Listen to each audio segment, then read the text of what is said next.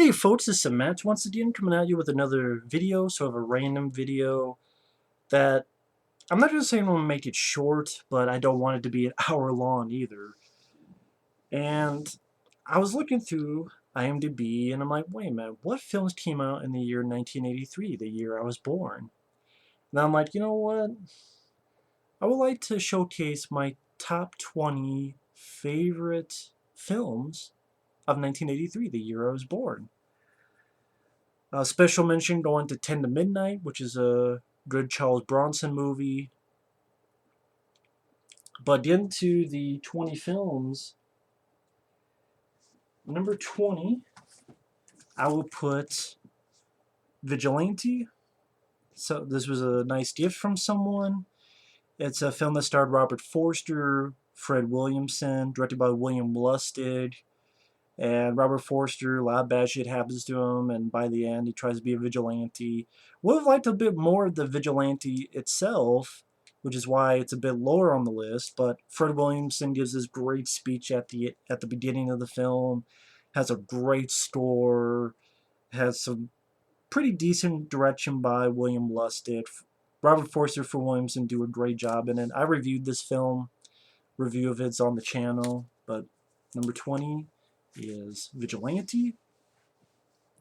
Number 19, I can't show you because the film has never been on DVD or Blu-ray, and that's The Keep. Michael Mann film, which Michael Mann hates so much. And part of me is like, okay, is it not released because of Tangerine Dream? But the more I hear about it, the more it seems like Michael Mann's just like, I don't want it released. They released the Miami Vice movie you directed with fucking Colin Farrell, and that was a piece of shit. The Keep is better than the Miami Vice movie. You released Public Enemies with Johnny Depp, which was pretty lame in my opinion. If you liked it, that's fine. But in my opinion, the Johnny Depp Christian Bale film was pretty damn lame. Black Cat I didn't see, but it seemed like not a single fucking person liked the film. Those got released.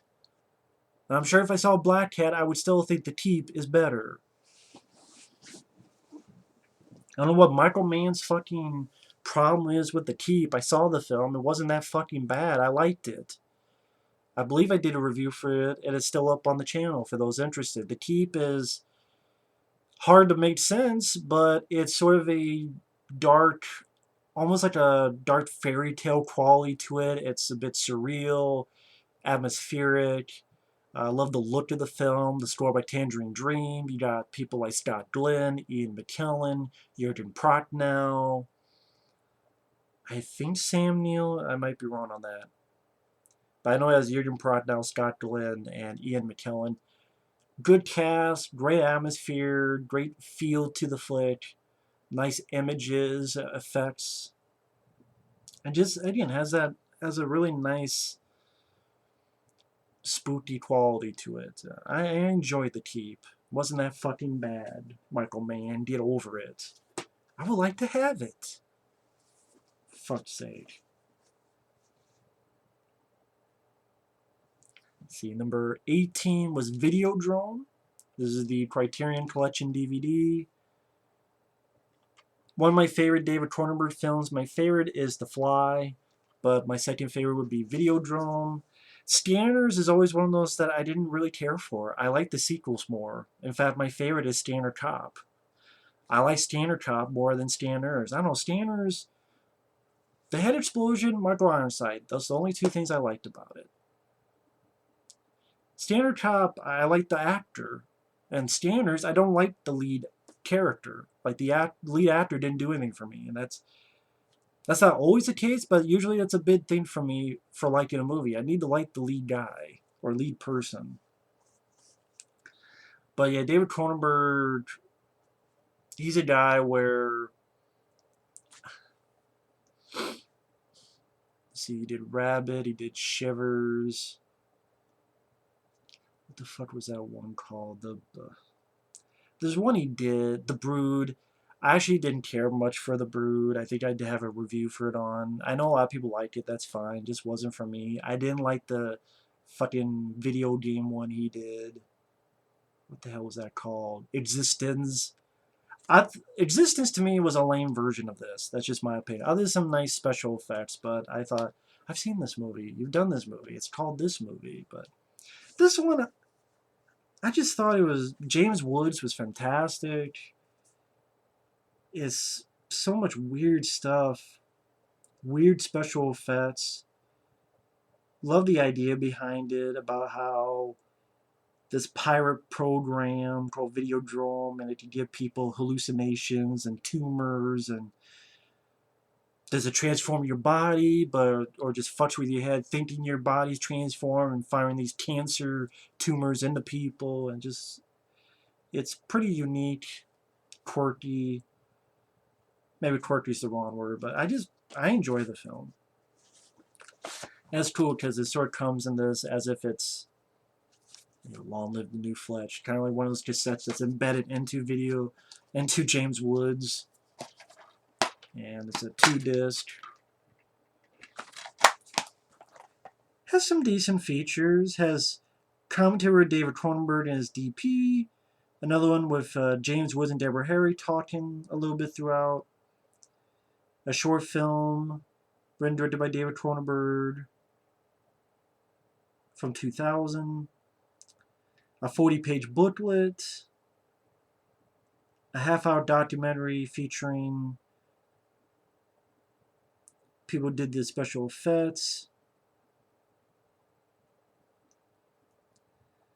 An audio interview with the special makeup effects creator. Fear on Film, a 26-minute roundtable discussion from 1982 between filmmakers David Cronenberg, John Carpenter, John Landis, and Mick Garris was the host. That was really cool.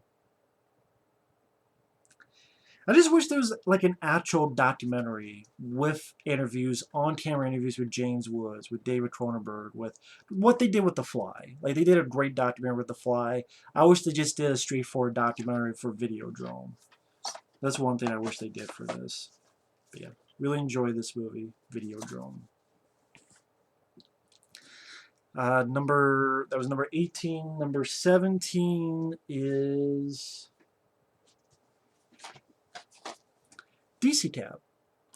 It's a comedy I enjoy. It's directed by Joel Schumacher, and you have a great cast. You got, of course, Mr. T there. You got Paul Rodriguez. You got Gary Busey. You got Adam Baldwin.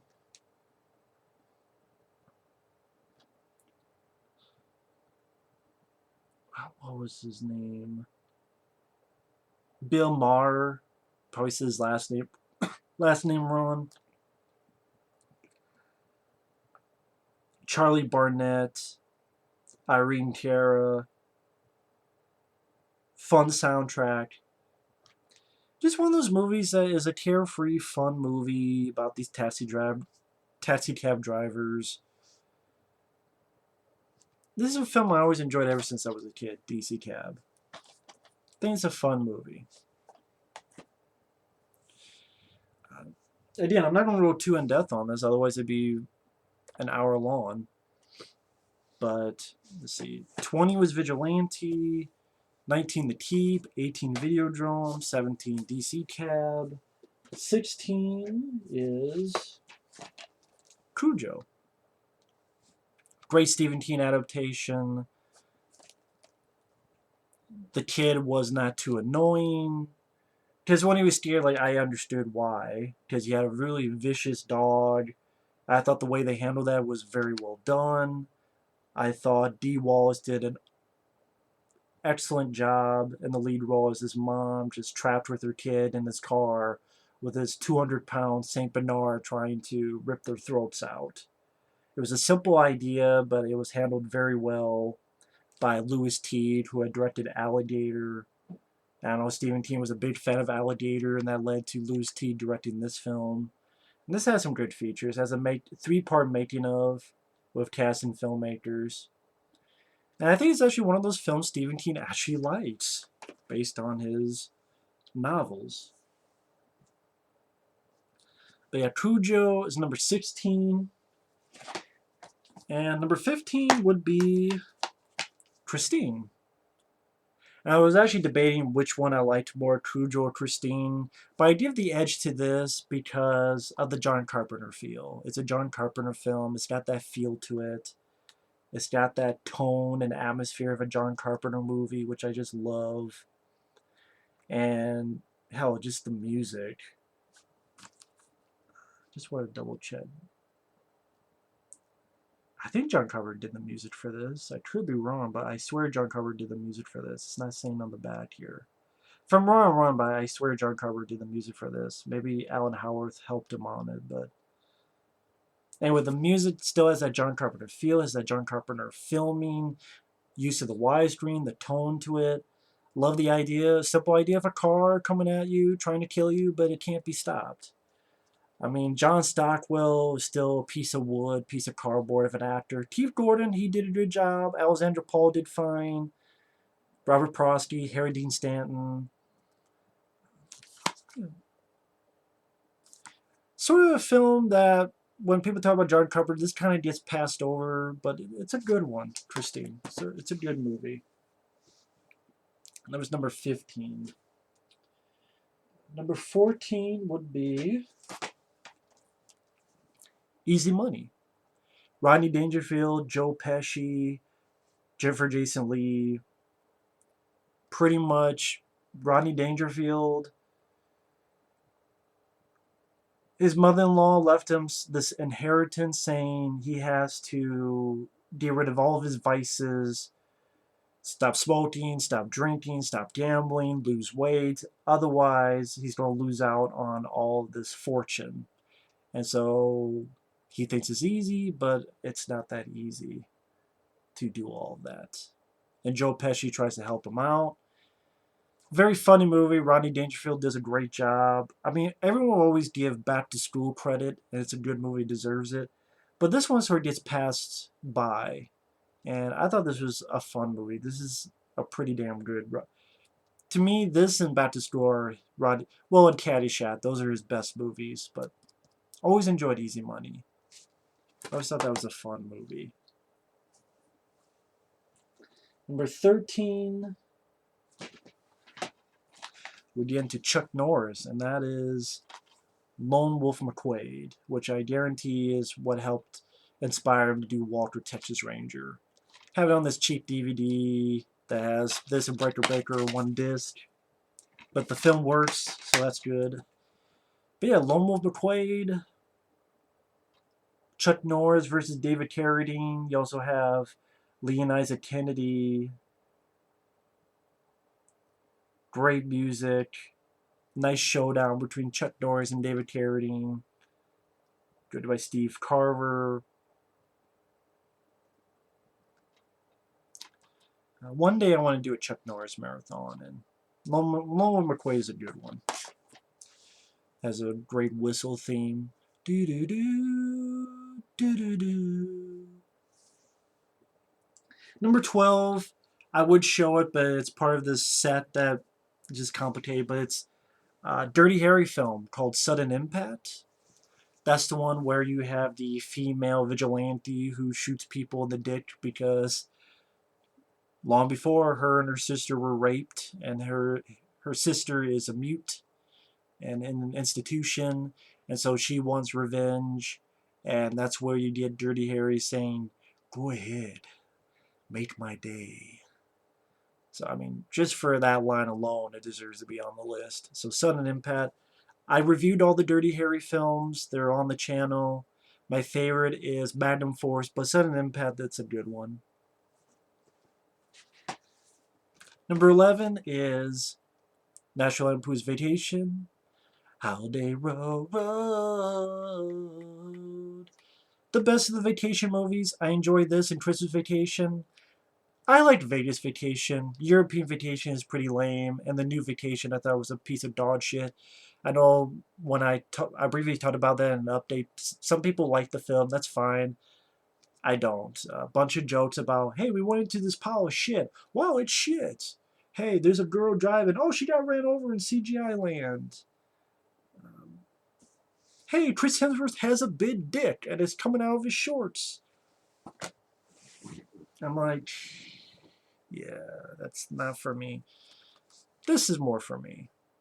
Chevy Chase, Beverly D'Angelo, Randy Quaid, John Candy has a appearance at the end of the film. I know this says 30th anniversary edition. Not too much for features. A little awkward intro with Chevy Chase, Randy Quaid, and Maddie Simmons, who is the producer. You have a commentary with Harold Ramis, Chevy Chase, Randy Quaid, Anthony Michael Hall, Dana Barron, and Maddie Simmons. I don't think Harold Ramis is in the same room as them. I don't even remember that commentary, honestly. And a little featurette inside story of National Lampoon's Vacation. I mean, I don't know. I think they could have done more with this. But it's a very fun movie. Just a family trying to get to Wally World. Has a great scene where Chevy Chase loses his fucking mind and says the F word like 10 times. We have a great fucking time!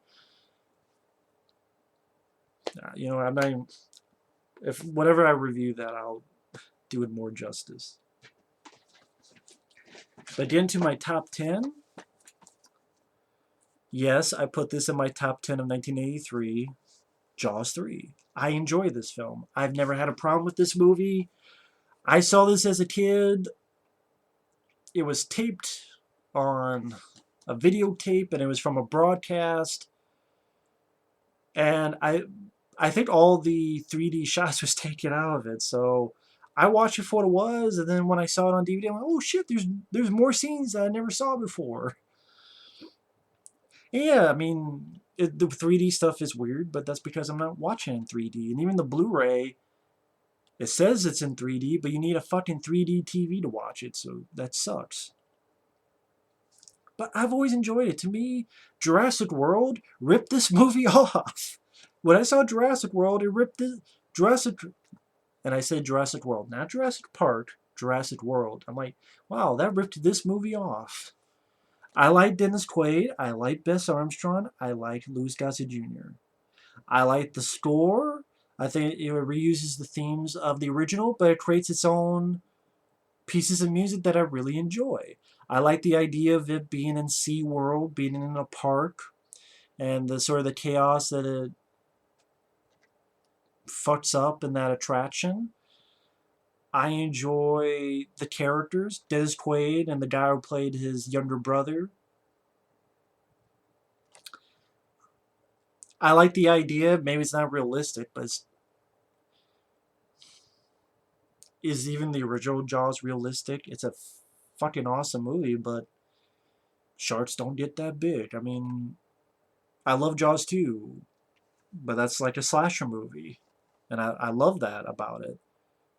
Jaws, I mean, so it's unrealistic. Well, again, are any Jaws films realistic if you really think about it?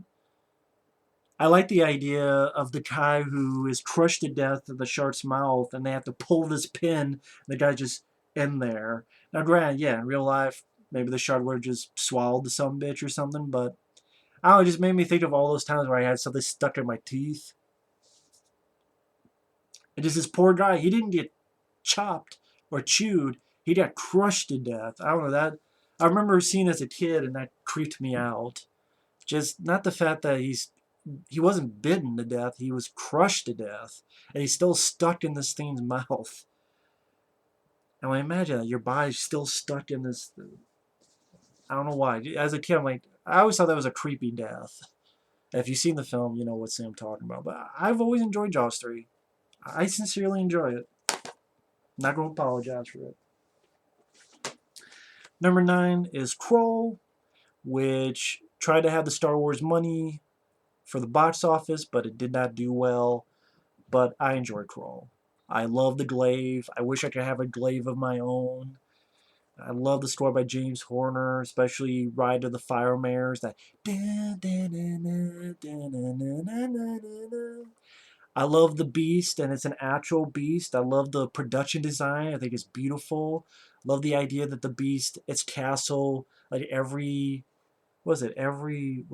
few days or something, or every night, like it teleports to another area. I thought that was really cool. I love the idea of the fire mares, and yeah, there's some dubbing, but I didn't mind the acting in the film. I liked Ken Marshall. Liam Neeson has a nice early role. He's not one of the stars of the film, but it's nice to see him there. Nice to see people like Freddie Jones, and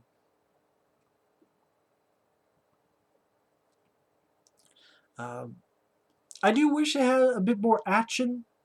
Maybe that's one thing, and the glaive to be used a bit more. Of course, if you really think about it, think of the original Star Wars. How many times was the lightsaber used in the original Star Wars? If you think about it, Obi-Wan gives it to Luke, who trains a little bit. Obi-Wan uses it in that fight with Darth Vader, and then that's it. That's the only, like, lightsaber's a cool thing, but if there was only the first Star Wars, man, they didn't use that lightsaber that much. But when you get to the sequel and Return of the Jedi, you see more. So it doesn't really set itself up for a sequel because the Beast is killed. But I wonder if it was a hit, they would have done a sequel, and then maybe we would see more of the glaive. I don't know, but I still enjoy this film. I think it's a bit underrated. Crawl. Always enjoyed it. Number 8, Revenge of the Ninja. Kick-ass movie, kick-ass ninja movie. To me, my favorite Sho Kosugi film. Extremely well done action, fight scenes, pretty brutal. It was weird because I remember when I was a kid, we had taped. It was one of those things where you taped a couple movies, but then there's like a remnants of something that was there before. And it was always be like a beginning of this movie where this family would be killed and this someone would get like a ninja star in the eye, and I'm like, I remember as a kid vividly that scene. But I went, what's the rest of the movie? And then decades later, I see this, and I go, holy shit, it's this movie.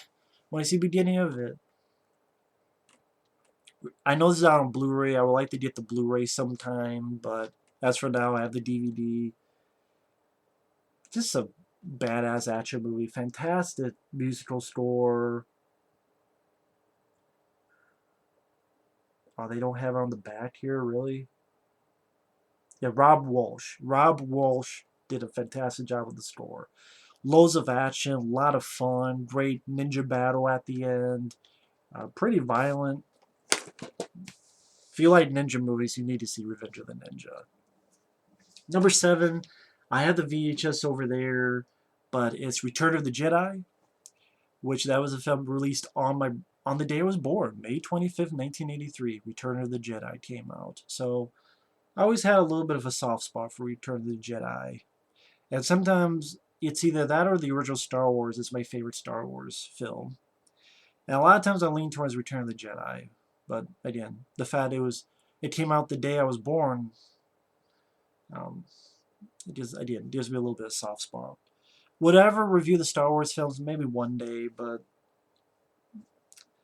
everyone's talking about Star Wars, and I kind of want to do the opposite, if that makes sense. But love Return of the Jedi. It's my favorite lightsaber sequence in any Star Wars film. When it's in the dark, and Vader just told Luke that, oh, you have a sister. You know, if I can't turn you, maybe I can turn her. And just this rage and just these lightsabers and the darkness and the music building up. Doesn't have a lot of fancy moves, but it's got the emotion in there. And it's just, that's pure primal rage. And that's like how a fight would go in real life. And yeah, I love the opening of the film from Jabba's palace. Of course, rest in peace, Miss Carrie Fisher. It's really too bad. I didn't do a video because everyone's doing a video, and you know, it sucks. So rest in peace, Carrie Fisher. But yeah, I love Return of the Jedi. I never even minded the Ewoks. I'm like, those are some cute little fuckers, and some of them even get killed. So I'm like, oh shit, they killed some Ewoks. And yeah, never minded them. But number 6 is Wargames. Movie ahead of its time. I mean, Matthew Broderick was a hacker. And one thing leads to another, and you have this war computer that inadvertently initiates World War III, and pretty much they have to go stop this computer. Is it a game or is it real?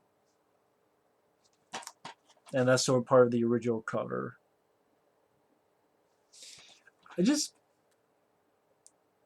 fun, entertaining, got some good thrills, has some good humor. Matthew Broderick does a great job as a lead. You also have Dabney Coleman, you have Ali Sheedy.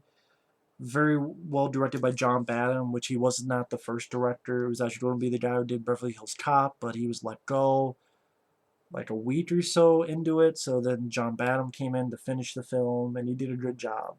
Considering he had to come in without much preparation, he did a pretty damn good job.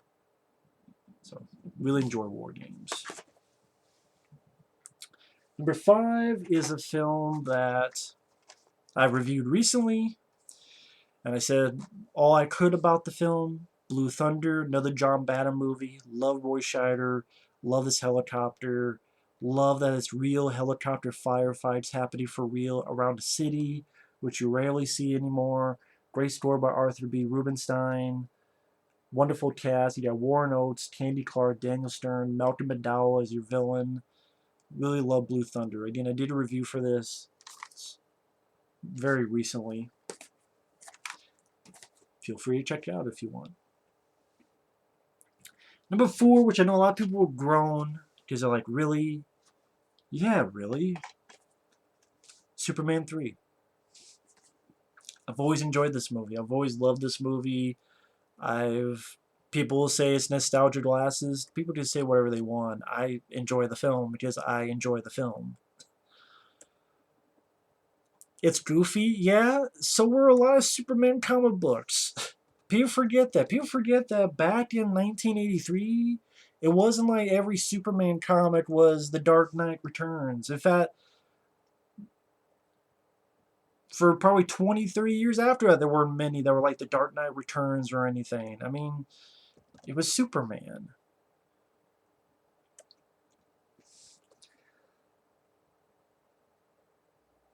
At least we have a good, serious Superman and Superman the movie. People disagree with that, but I think, and Superman 2, we have a fun action movie. To me, yeah, it's goofy, yeah, it's silly, but I had fun. I had fun with Christopher Reeve. I think he did a really good job once again as Superman.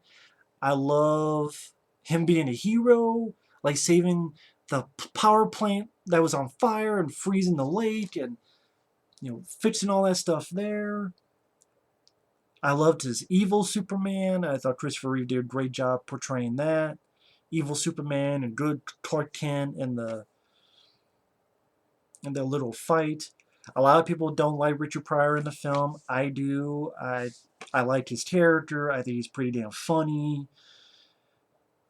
I like Margot Kidder in the first 2 Superman movies, but I will admit, if someone had to ask me which I liked more, I liked Annette O'Toole more. I like Annette O'Toole more. Thought she was sweeter. I did. I liked Margot Kidder in Superman 1 and 2. It's just Annette O'Toole I liked more. I liked Robert Vaughn. I liked that it was a computer, an artificial intelligence computer that Superman had to fight. When this woman turned to this creepy robot lady, which you can barely see there, but I'm like, wow, that's pretty creepy as a kid. And Superman didn't have to throw the computer into a fucking town and blow the whole town up. And didn't have to punch the guy 50 million times and still nothing. Oh, I could have just snapped his neck. It'd be fucking fine. I'm sorry. I like this more than mopey Superman and Batman v Superman where I gotta pull this fucking thing. I gotta pull it through on the land. Or, yeah, I'm standing. I know there's a flood and you wrote my symbol, but I'm gonna stand here and pose so the camera can get a nice shot of me while I look at you, ask you for help so I can get Jesus into the movie. Jesus Christ, alright, yeah. I know right there I pissed a lot of people off. It's fine if you like those movies. I know people gave me a lot of shit for that. Oh well, it's my opinion. I liked Superman 3 a hell lot more than Man of Steel and Batman v Superman. That's my opinion. People can disagree all they want. It's not going to change my opinion on it. I think it's a fun, entertaining movie. And then people are like, well, how come you don't like Batman and Robin? Batman and Robin, nothing about it was good. All the actors sucked. If you ask George Clooney, even he would say that he sucked in the movie. George Clooney sucked in the movie, and George Clooney would tell you that George Clooney sucked in the movie. Chris O'Donnell, he sucked in the movie. Arnold Schwarzenegger, I'm sorry, he sucked in the movie. Like, when I think of an annoying character, I think of Arnold Schwarzenegger as Mr. Freeze, not Richard Pryor as Gus. But Richard Pryor, I liked. I don't find him annoying. I don't find him irritating. I find him funny, as if intended. Christopher Reeve did a good job. Superman did not have a fucking credit card. Superman himself was good. Like, Batman was a joke in Batman and Robin. Superman was not a joke. In fact, you have some of the coolest theme with his evil Superman. And, being a dick. Blowing out the Olympic torch. Or fixing the Leaning Tower of Pisa and fucking up the guy's shop. Like, shit, I gotta, this, just brace the shit. I love the movie. I'm not going to apologize. It's not a guilty pleasure. It's a pleasure, period. Number 3, Scarface. The world is yours, Chico. And everything in it. Because I'm Tony Montana. You fuck with me, you fuck with the best. I take you all to fucking hell. You wanna play rough? You wanna play rough? Okay. I don't know what more you can say about Scarface. That has been said by a lot of people. It's just such an excellent movie. It's fucking awesome. Love my favorite Al Pacino role. Gotta get the yayo. I mean, this is the reason why I played that PS2 video game of Scarface, which I also love.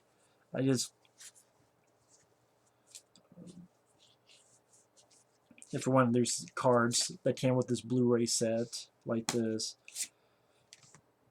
Good soundtrack, great supporting cast, excellent ending where it just goes on a rampage. And he goes down, but he goes down swinging. Say goodnight to the bad guy. Razor Ramon. It's Scarface. That's really all that needs to be said. It's fucking Scarface.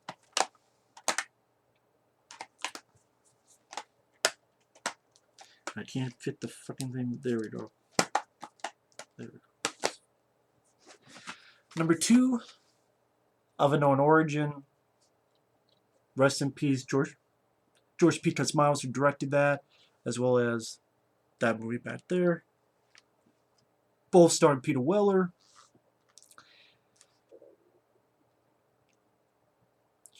You have a guy versus a rat who's stuck in his house, and it drives him insane to the point it's an all-out war. And this movie has a little bit new meaning after this past year, because for longest fucking time, I had squirrels stuck in the ceiling for months. We would catch one. I would get, trapped from someone to get help. Catch them, let them go safely. Catch them, never ended. Scratch, driving me insane. So I know how Peter Weller fucking feels about it. Although, some days I wonder if this was going to be a reality.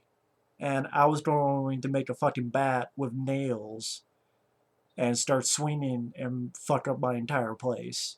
So, get this on fucking Blu-ray, for fuck's sake, Warner Brothers. This deserves it. Does not deserve just a DVD. It deserves a fucking Blu-ray. Love this movie. Very well done. Expertly handled. Great POV shots of the rat. A great tale of man versus beast. A little bit of Moby. I guess you could put a little bit of Moby Dick into it. It's clever. At times it's got some nice humor. A little bit of dark humor, but it's also a fast-paced movie. It's less than 90 minutes long. Peter Weller does a fantastic job. Just love that movie. And number 1, Actually, before I do that, just a little recap. Number 20, Vigilante. Number 19, The Keep. Number 18, Videodrome. Number 17, DC Cab. Number 16, Cujo. Number 15, Christine. Number 14, Easy Money. Number 13, Lone Wolf Mcquade. Number 12, Sudden Impact with Clint Eastwood. Number 11, National Lampoon's Vacation. Number 10, Jaws 3. Number 9, Kroll. Number 8, Revenge of the Ninja. Number 7, Wargames. Number 6, Blue Thunder. Actually, wait. Number 7, Return of the Jedi. Number 6, Wargames. Number 5, Blue Thunder. Number 4, Superman 3. Number 3, Scarface. Number 2, Of Unknown Origin. And number 1, this had to be number 1. Doesn't even have a damn Blu-ray. To me, one of the most underrated films of all time. And I know that's a tall order, but it is to me easily one of the most underrated films of all time, and that is Uncommon Valor. It has its action. It has fun humor. But it's a very touching story. And I dare say when you watch this, when you get to the end of the film, your eyes will be a little bit misty. It's directed by Ted Kotcheff after he did First Blood. You have an amazing cast. You have Gene Hackman. You have Fred Ward. You have Reb Brown. You have Randall Tetz-Cobb. You have Patrick Swayze. You have Tim Thomerson. You have Robert Stack. You have a great score by James Horner. You have a beautiful song at the end called Brothers in the Night by Ray Kennedy. One of the producers is actually John Milius.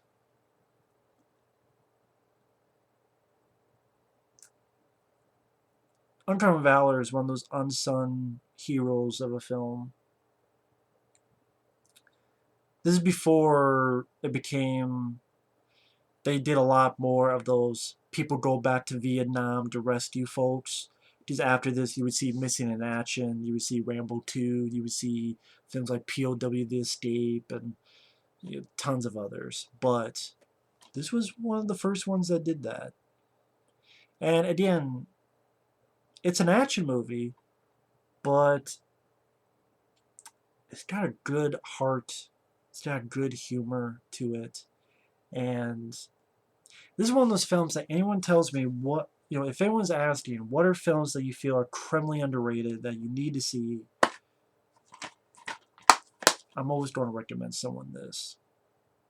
This one, it needs to be seen. I have the highest recommendation for it. Again, I know I was telling to my friend Mike, OCP, and he saw the film. And when he got to the ending, he was getting misty-eyed, and he admitted that to me, and I think he has a review up, and he admitted that in the review.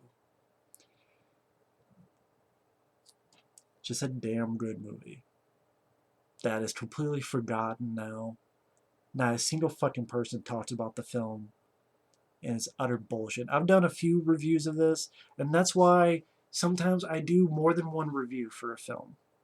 Because there are films that I feel deserve so much more, and if no one else is going to do it, then I want to do the best that I can for films like this. Either way, that's my top 20 favorite films of 1983. It was almost an hour long. It's 40 minutes long, but I mean, you talk about each movie for, say, 3 minutes, 20 of them. 20 times 3, that's 60. I mean, it's going to be a while, but either way, thanks for watching. Take care, and we'll see you later. Bye-bye.